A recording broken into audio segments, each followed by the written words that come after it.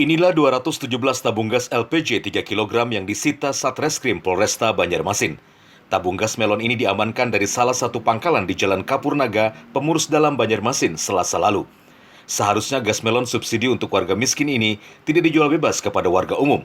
Namun oleh oknum pemilik pangkalan, justru dijual bebas dengan harga Rp20.000, padahal harga resminya hanya Rp17.500.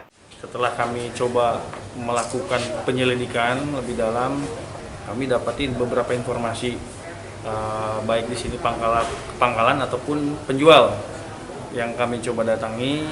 Dan ini ada satu pada saat tanggal 16 Februari kemarin, di jam 16.20, TKP-nya di Jalan Kapurnaga, Kelurahan Pemurus Dalam, Kecamatan Banjarmasin Selatan. Didapati ini distributor yang menjual di atas harga head.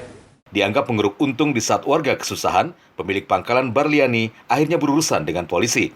Sayangnya pelaku tidak ditahan dan hanya dikenakan wajib lapor. Karena yang bersangkutan kooperatif, sementara kita wajib laporkan, tetapi untuk perkara tetap berjalan. Tegas kami sampaikan, ketika ada pangkalan yang nakal atau penjual yang nakal di luar harga head, apalagi yang sampai informasi Rp35.000, Rp40.000, kami tidak segan-segan, kami akan proses sesuai dengan aturan yang berlaku. Hingga saat ini pangkalan gas LPG ini baru mendapatkan sanksi tegas dari Pertamina dan terancam ditutup permanen.